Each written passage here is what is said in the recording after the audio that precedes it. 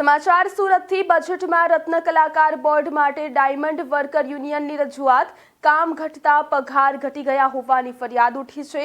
લાખો રત્ન કલાકારને પડી રહી છે અસર। મુખ્યમંત્રી ભૂપેન્દ્ર પટેલને પત્ર લખી રજૂઆત કરવામાં આવી।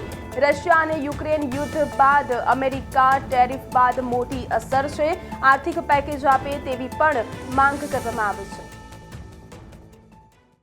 જ્યારે પગાર ઓછા કરવા, નોકરીમાંથી છૂટા કરવા અને નોકરીમાંથી છૂટા કરવાના કારણે બેરોજગાર રત્ન કલાકારો જ્યારે આત્મહત્યાના બનાવો જ્યારે વધતા હોય ત્યારે અમેરિકા અને ટેરિફ મારવાથી, યુક્રેન અને રશિયાના વોરથી, અમેરિકાના ટેરિફથી હીરા ઉદ્યોગની અંદર જે ગંભીર પરિસ્થિતિનું નિર્માણ થયું છે ત્યારે આવનારા 2026ના જે બજેટની અંદર હીરા ઉદ્યોગની જેમ કેસ્ટાઇલની એક પોલિસી બનાવી એવી જ રીતે હીરા ઉદ્યોગમાં એક પોલિસી બનાવવામાં આવે। લેબ્રોન ડાયમંડને ઓવર પ્રોડક્શનના કારણે જે રિયલ ડાયમંડ અત્યારે ભાવ તળિયે ગયા છે ત્યારે રિયલ ડાયમંડને પાછો વેગ આપવા માટે એક સારી એવી પોલિસી મેન્ટેન થાય।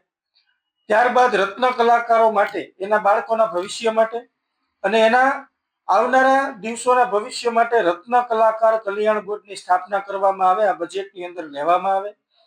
આ જ બાબતે અમે ગુજરાતના મુખ્યમંત્રી સાહેબ, ગુજરાતના નાણામંત્રી સાહેબ અને ગુજરાતના શ્રમ અને રોજગાર મંત્રીને આ બાબતે લેટર લખ્યો છે કે આવનારા 2026ના જે બજેટની અંદર રત્ન કલાકાર કલ્યાણ બોર્ડ જેવી રીતે કેસ્ટલની જે પોલિસી બનાવી એવી જ રીતે ડાયમંડની પોલિસી બનાવે અને હીરા ઉદ્યોગકારોને પણ એટલી વિનંતી કે લેબ્રોન ડાયમંડની સારી એવી પોલિસી બનાવી જેથી કરી આપણે રિયલ ડાયમંડનો વેગ આપી શકીએ અને રત્ન કલાકારોને વધુ રોજગારી આપી શકીએ। રત્ન કલાકારોના જોબલેસ ન થાય, એનો પગાર કટ ન થાય એ બાબતે ધ્યાન રાખીએ। ગુજરાત સરકારને ફરીવાર વિનંતી કરીએ છીએ કે આ રત્ન કલાકારોએ ગુજરાતના વિકાસમાં મહત્વનો ફાળો આપ્યો છે ત્યારે 2026ના બજેટની અંદર અમને આશા છે કે 2026ના બજેટની અંદર રત્ન કલાકાર કલ્યાણ બોર્ડ અને આર્થિક પેકેજની જાહેરાત ગુજરાત સરકાર દ્વારા કરવામાં આવે એવો આજે પત્ર અમે ગુજરાત ગવર્મેન્ટને લખવામાં આવે।